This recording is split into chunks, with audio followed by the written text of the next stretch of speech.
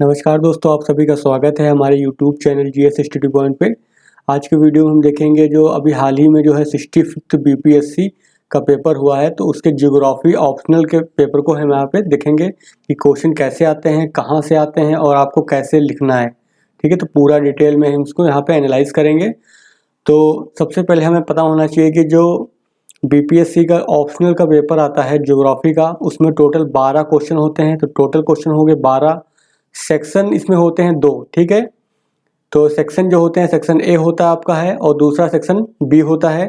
और दोनों में ही कितने क्वेश्चन दिए होते हैं? 6 क्वेश्चन दिए होते हैं। 6 क्वेश्चन सेक्शन ए में होते हैं, 6 क्वेश्चन जो है सेक्शन बी में होते हैं। और कुल क्वेश्चन आपको करने कितने होते हैं? 3 घंटे का समय होता है आपको, और 3 घंटे में आपको क्वेश्चन करने हैं 6। ठीक है, और 6 क्वेश्चन में जो है 3 क्वेश्चन आपको करने हैं सेक्शन ए से करने होते हैं और 3 क्वेश्चन आपको करने होते हैं सेक्शन बी से। तो टोटल कितना हो गया? 6। सेक्शन ए में जो होते हैं क्वेश्चन आते हैं वो कहाँ से आते हैं? जो आपका जो है फिजिकल जो ज्योग्राफी होती है और प्लस ह्यूमन ज्योग्राफी। ठीक है, यानी कि जो आपका जो वर्ल्ड लेवल पे होता है वो आते हैं। इसमें मेनली जो है कॉन्सेप्ट वगैरह होते हैं वो क्लियर किए जाते हैं, उनसे क्वेश्चन पूछे जाते हैं। और सेक्शन बी जो होता है उसमें से क्वेश्चन जो आते हैं वो कहाँ से आते हैं? वो इंडियन ज्योग्राफी से आएंगे आपके। ठीक है, इंडियन। और प्लस इसमें क्या है, बिहार का एग्जाम है तो इसमें थोड़ा बहुत जो है बिहार से भी क्वेश्चन आते हैं, तो बिहार की ज्योग्राफी से क्वेश्चन यहाँ पे पूछे जाते हैं। तो आपकी चॉइस है आपको कि इसमें इंडियन ज्योग्राफी से भी क्वेश्चन होते हैं, बिहार से भी आते हैं। तो अगर आप बिहार का पढ़े हुए हैं तो बिहार का कर सकते हैं, नहीं तो इंडिया वाला भी कर सकते हैं, कोई दिक्कत नहीं। वहाँ पे आराम से 3 क्वेश्चन आपको मिल जाएंगे। ठीक है, तो देख लेते हैं कि जो 65th बीपीएससी का पेपर हुआ था ज्योग्राफी ऑप्शनल का, तो उसमें देखते हैं कि क्वेश्चन जो है किस टाइप के पूछे गए थे। तो यहाँ पे पहला दे रखा है सेक्शन ए। सेक्शन ए में हम देख लेते हैं पहला क्वेश्चन क्या आया हुआ था। तो सेक्शन ए का जो पहला क्वेश्चन पूछा गया था वो कह रहा है कि अपर्दन चक्र के संबंध में जो है डेविस और पेंग के विचारों का क्या करना है? तुलनात्मक विश्लेषण प्रस्तुत करना थी। यानी कि हमको यहाँ पे दोनों के बारे में, डेविस का जो अपर्दन चक्र का सिद्धांत है उसके बारे में बताना है, और पेंग के जो अपर्दन चक्र की जो थ्योरी है इनकी उसके बारे में बताना है, और दोनों का क्या करना है? तुलना करनी है, यानी दोनों में अंतर बताना है कि दोनों का अंतर अलग कैसे है। ठीक है, तो वही इंग्लिश में भी लिखा हुआ है, present A comparative analysis of the views of Davis and Penck regarding the concept of cycle of erosion. बहुत इंपॉर्टेंट क्वेश्चन है, और नेक्स्ट ईयर अगर आप 66 की तैयारी कर रहे हैं तो वहां पर भी इससे संबंधित कोई ना कोई क्वेश्चन आपको देखने को मिलेगा ही मिलेगा, क्योंकि ज्योग्राफी का सिलेबस लिमिटेड है और यही क्वेश्चन जो है घूम फिर के आते रहते हैं। तो ये देखिए क्वेश्चन 50 नंबर का है, पूरा एक डिटेल्ड है, यानी कि बड़ा क्वेश्चन में आपको लिखना है। ठीक है, फिर अगला क्वेश्चन जो आया हुआ है, दूसरा क्वेश्चन पूछा गया है, इसमें ए पार्ट और बी पार्ट करके पूछा गया है, यानी कि 25-25 नंबर का है। ठीक है, तो 25-25 नंबर का है तो आपको उसी हिसाब से कम लिखना पड़ेगा।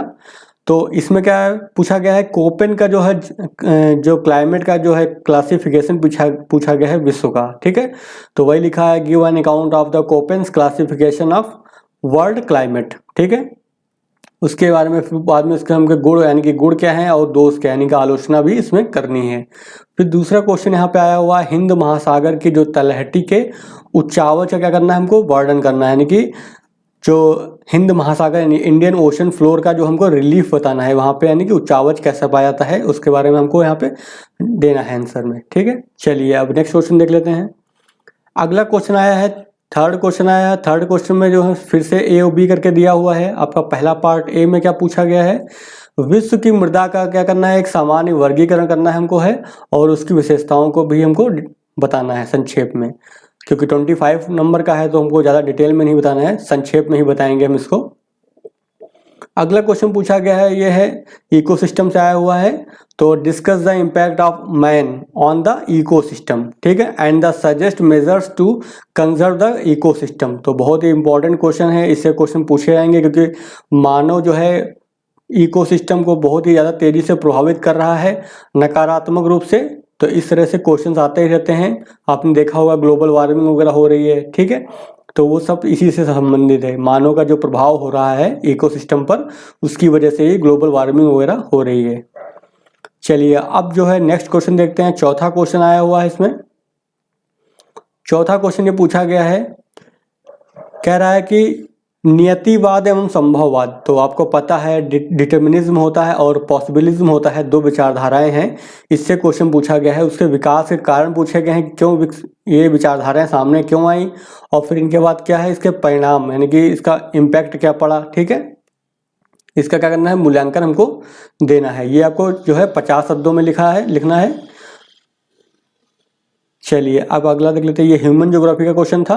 अब अगला जो है नेक्स्ट, ये भी जो ह्यूमन ज्योग्राफी से ही आया हुआ है। तो 3 क्वेश्चन वहाँ पे ह्यूमन ज्योग्राफी से आएंगे, ह्यूमन ज्योग्राफी से आएंगे, और 3 क्वेश्चन किससे आएंगे, फिजिकल ज्योग्राफी से आएंगे। अगला क्वेश्चन यहाँ पे पूछा गया है 5 का ए पार्ट कह रहा है क्या, विश्व के प्रमुख सांस्कृतिक प्रदेश। ठीक है, तो इसको क्या बोलते हैं, मेजर जो कल्चरल रैलम होते हैं उसके बारे में बात की गई है विश्व के। तो बहुत ही एक्सपेक्टेड क्वेश्चन था, और जो लोग भी तैयारी करके आते हैं उनको पता होता है कि ये आना ही आना है, तो इसको अच्छे से तैयार कर लेंगे तो आप उसको लिखने में सक्षम होंगे। फिर नेक्स्ट क्वेश्चन आया है, इसका बी पार्ट पूछा गया है कि explain urban spheres of influence by given example from India. ठीक है, तो भारत का एग्जाम्पल हमको देना है, उस पर दिखाना है कि जो नगरीय प्रभाव होता है, ठीक है, नगर प्रभाव क्षेत्र होता है, उस नगर प्रभाव के क्षेत्र को हमको यहाँ पे एक्सप्लेन करना है। तो बहुत ही आसान क्वेश्चन दिया हुआ था ये 5 क्वेश्चन हो गए हमारे हैं। अब ये छठा क्वेश्चन जो आया हुआ है ये, तो 6 में ए पार्ट में पूछा गया है, क्या पूछा गया है, 6 का ए पार्ट कह रहा है कि सीमांत होते हैं और सीमाएं होती हैं, यानी सीमांत हो गए, सीमा हो गए, और बफर जो जोन होता है यानी बफर क्षेत्र, इनकी विशेषता हमको बतानी है, एग्जाम्पल से जो है इसका एक्सप्लेन करना है हमको। फिर नेक्स्ट क्वेश्चन पूछा गया है कि जो उद्योग होते हैं, उद्योग, तो उनके स्थानीयकरण के लिए कौन कौन से जो है कारक उत्तरदायी होते हैं, उनकी हमको क्या करनी है, विवेचना करनी है। तो बहुत ही आसान क्वेश्चन था, discuss the factors responsible for the location of industries. तो बहुत ही आसान क्वेश्चन था। तो ये हो गया सेक्शन ए आपका हो गया। सेक्शन ए में 6 क्वेश्चन आते हैं, आपने देख लिया 3 क्वेश्चन जो आते हैं किससे आते हैं, फिजिकल ज्योग्राफी से, और 3 क्वेश्चन किससे आते हैं, ह्यूमन ज्योग्राफी से। अब जो आएगा नेक्स्ट वो आपका आएगा सेक्शन बी, और सेक्शन बी में जो है आपको 6 क्वेश्चन मिलेंगे। तो ये आप कौन से होंगे, आपके इंडियन ज्योग्राफी और बिहार की ज्योग्राफी से संबंधित क्वेश्चन यहाँ पे आपको देखने को मिलेंगे। तो पहला क्वेश्चन देखते हैं, 7 का ए पार्ट इसमें दे रखा है। पहला क्वेश्चन ये दे रखा है कि क्या भारतीय मानसून की उत्पत्ति और एवं जो क्रियाविधि है इसकी परिवर्तनशील एवं अविश्वसनीय प्रकृति के लिए उत्तरदायी है, इसका हमको एक्सप्लेन करना है। यानी कि जो भारतीय मानसून होती है तो उसमें बहुत ही परिवर्तनशीलता देखने को मिलती है, तो उसके बारे में यहाँ पे हमको डिस्कस करना है। फिर इसका नेक्स्ट हम देखते हैं बी पार्ट, इसका क्या पूछ रहा है, बी पार्ट में पूछा गया है कि हमें एक्सप्लेन करना है कि इसके भारत में जनसंख्या के असमान वितरण को, यानी कि भारत में जो जनसंख्या डिस्ट्रीब्यूशन है वो बहुत ही क्या है, अनइवन है, कहीं पे ज़्यादा है कहीं पे कम है जनसंख्या। तो उसके बारे में हमको यहाँ पे बताना है कि ऐसा क्यों है, उसका कारण क्या है। तो वही पूछा गया है, explain the uneven distribution of population in India. फिर 8वां क्वेश्चन इसमें ये पूछा गया है, 8वां क्वेश्चन ये आया है कि discuss the result of green revolution in India, यानी कि भारत में जो हरित क्रांति आई थी उसके परिणाम की विवेचना करनी थी। ठीक है, तो बहुत ही आसान क्वेश्चन है, बहुत ही एक्सपेक्टेड क्वेश्चन था कि ये पूछा जाता है हर बार किसी ना किसी एग्जाम में। फिर इसका बी पार्ट पूछा गया था कि भारत के जो प्रमुख औद्योगिक प्रदेशों का क्या करना हमको है, विवरण देना है। तो ये भी बहुत ही इंपॉर्टेंट क्वेश्चन है, आपने देखा होगा यूपी पीसीएस हो या यूपीएससी हो, कहीं ना हर एग्जाम में आपको ये देखने को ही मिलता है। तो ये बहुत ही एक्सपेक्टेड क्वेश्चन है और बहुत ही आसान है ये क्वेश्चन, कुछ नहीं करना आपको इसमें, बस थोड़ा सा समझ के आप लिख सकते हैं इसको हैं। फिर नेक्स्ट क्वेश्चन क्या पूछा गया, 9 का ए पार्ट कह रहा है कि भारत में जो आंतरिक जल परिवहन है, ठीक है, जो इंटरनल जो वाटर ट्रांसपोर्टेशन है ये भारत में, यानी ट्रांसपोर्ट होता है जो माल का आना जाना या फिर सामान का या फिर व्यक्ति का आगे आना जाना, तो उसकी बात कर रहा, आंतरिक जल परिवहन बोलते हैं। जो नदियों के माध्यम से जल परिवहन होता है तो उसको क्या बोलते हैं, आंतरिक जल परिवहन। तो उसके विकास पर क्या करना है हमको, प्रकाश डालिए। तो ये भी एक क्वेश्चन है। इसका सेकंड पार्ट जो बी पार्ट अब देख लेते हैं। तो 9 का जो बी पार्ट है वो क्या कह रहा है, अब जो 9 का बी पार्ट दे रखा है वो आपका कहाँ से आया है, बिहार से आया है। ठीक है, बिहार स्पेशल से है। तो इसमें पूछा गया है कि बिहार में जो पाए जाने वाले ग्रामीण बस्तियां होती हैं, ठीक, उनके वितरण प्रतिरूप का वर्णन करना है हमको है। ठीक है, यानी कि जो बिहार में ग्रामीण बस्तियां पाई जाती हैं तो कहीं पे क्या है सघन होती हैं, कहीं पे अर्ध सघन होती हैं, कहीं पे क्या होती हैं पूर्वायुक्त ग्रामीण बस्तियां होती हैं और कहीं पे क्या होती हैं प्रकीर्ण। तो 4 तरह की जो बस्तियां ग्रामीण बस्तियां होती हैं उसके बारे में यहाँ पे आपको बताना है। फिर जो 10वां क्वेश्चन आया है वो उसका ए पार्ट क्या कह रहा है कि why are there regional disparities in the regional development in India. तो यानी भारत में जो प्रादेशिक विकास है उसमें क्या क्षेत्रीय असमानताएं क्यों है, यानी कि कहीं पे ज़्यादा विकास होता है, कहीं पे क्या है बहुत कम विकास हुआ है। आपने देखा होगा जो जनजातीय एरिया है वहाँ पे बहुत ही कम विकास हुआ है, ठीक है, जैसे झारखंड वगैरह का एरिया हो गया आपका, या फिर कुछ एरिया जो है बहुत ज़्यादा विकसित हो गए हैं, जो महानगर हैं वो बहुत ज़्यादा विकसित हो गए हैं, लेकिन अन्य क्षेत्र जो हैं भारत के वो बहुत ही कम विकसित हैं। तो उसका कारण पूछा है, जैसे नॉर्थ ईस्ट का एरिया हो गया, उत्तर पूर्व के राज्य जो हो गए वहाँ पे बहुत ही कम विकास हुआ है, लेकिन दक्षिण भारत के जो राज्य हैं वहाँ पे अधिक विकास हुआ है। तो उनके बारे में बताना है ऐसा क्यों होता है, कारण क्या उनके हैं, ठीक है। अगला क्वेश्चन यहाँ पे पूछा गया है 25 नंबर में क्वेश्चन ये पूछा गया है कि अंतर्राष्ट्रीय सीमाओं पर भारत की क्या समस्याएं हैं। तो भारत की जो अंतर्राष्ट्रीय सीमाएं हैं जैसे पाकिस्तान के साथ हो गई, चाइना के साथ हो गई, नेपाल के साथ हो गई, भूटान के साथ हो गई, बांग्लादेश के साथ हो गई, ठीक है, और साथ में जो है श्रीलंका के साथ हो गई। तो जो अंतर्राष्ट्रीय सीमाएं बनाते हैं हमारा देश बनाता है, तो उनकी समस्याएं हमको दिखानी पड़ेंगी। भारत की जो है पड़ोसी देशों के साथ क्या समस्याएं होती हैं, किस तरह की अंतर्राष्ट्रीय सीमाओं पर विवाद की स्थिति है। तो 25 नंबर का है, ज़्यादा डिटेल में नहीं बताएंगे, थोड़ा थोड़ा जो है हम करके यहाँ पे उसका आंसर लिखेंगे। चलिए नेक्स्ट में बढ़ते हैं। तो 11वां क्वेश्चन आपका आया है, ये आपका क्या है लॉन्ग क्वेश्चन है, सीधे एक ही पूछा गया, 50 नंबर का पूछा गया है, तो हम ज़्यादा इसमें लिखेंगे, यानी कि इसको डिटेल में लिखेंगे। तो यहाँ पे पूछा क्या गया है, पूरा बिहार स्पेशल से पूछा गया है कि बिहार को जो है प्रमुख भौतिक प्रदेशों में बांटिए। तो आपको पता है कि बिहार में 3 मुख्य रूप से भौतिक प्रदेश हैं, एक तो जो पर्वतीय क्षेत्र हो गया, फिर मैदानी क्षेत्र हो गया, फिर इधर क्या दक्षिण में क्या है पठारी क्षेत्र हो गया, ठीक है। तो 3 भौतिक प्रदेश हैं, तो उनके बारे में हमको बताना है, तथा किसी एक प्रदेश का विस्तृत वर्णन कीजिए। तो किसी एक प्रदेश जो है, चाहे आप मैदान का वैसे कर सकते हैं क्योंकि 50 नंबर में आपको लिखना भी है, तो आप मैदानी प्रदेश के बारे में ज़्यादा अच्छा लिख सकते हैं। तो आप मैदानी प्रदेश के बारे में इसका वर्णन कर सकते हैं कि वहाँ पे किस तरह का मिट्टी पाई जाती है, जल संसाधन कैसा है, जनसंख्या संकेंद्रण कैसा है, बहुत सी चीज़ें आप यहाँ पे लिख सकते हैं। वन का स्थान देख सकते हैं कि वन है या नहीं है, हैं तो अधिक हैं कम है, इस तरह से आप इसको विस्तृत रूप से जो है इसका वर्णन करने में सक्षम हो पाएंगे। चलिए नेक्स्ट देख लेते हैं। नेक्स्ट आपका क्या पड़ेगा, आपका अगला भी जो क्वेश्चन आपसे पूछा गया है वो बिहार स्पेशल से ही पूछा गया है। तो इसमें क्वेश्चन पूछा गया है बिहार में जनजातीय जनसंख्या की समस्याओं का उल्लेख करना है, ठीक है। तो देखिए बिहार क्या है, भारत का एक पार्ट है, जो समस्या भारत के अन्य जनजातीय जनसंख्या की होती है वही सेम जनजातीय जनसंख्या की समस्या यहाँ पर भी होगी बिहार में।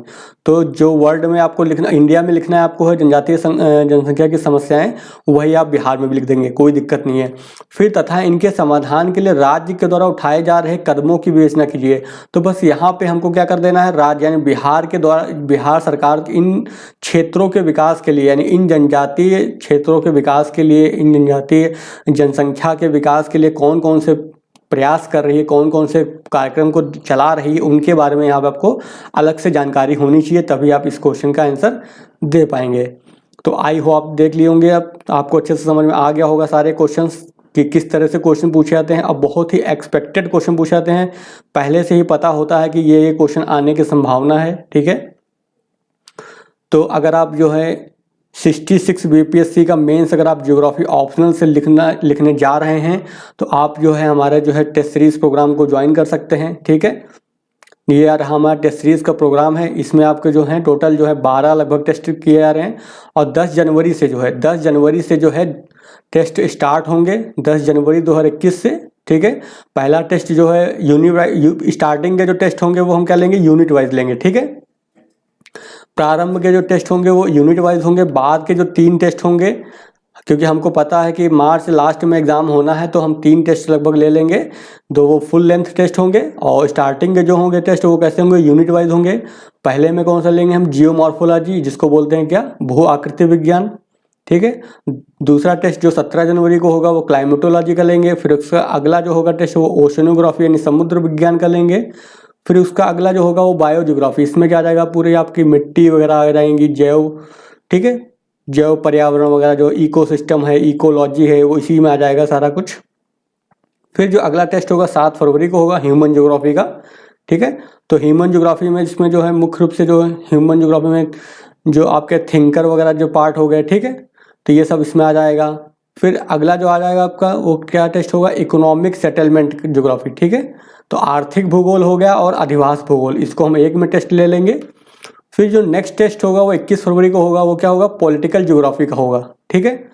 तो इसमें हम पॉलिटिकल ज्योग्राफी को मुख्य रूप से देखेंगे और साथ में थिंकर्स को भी देख लेंगे, जो मुख्य मुख्य जो थिंकर्स वगैरह हैं, ठीक है, उनके बारे में हम देख लेंगे, उनके विचारों को यहाँ पे पूछेंगे, उससे संबंधित क्वेश्चन जो आने की संभावना है वहाँ पे डिस्कस कर लेंगे।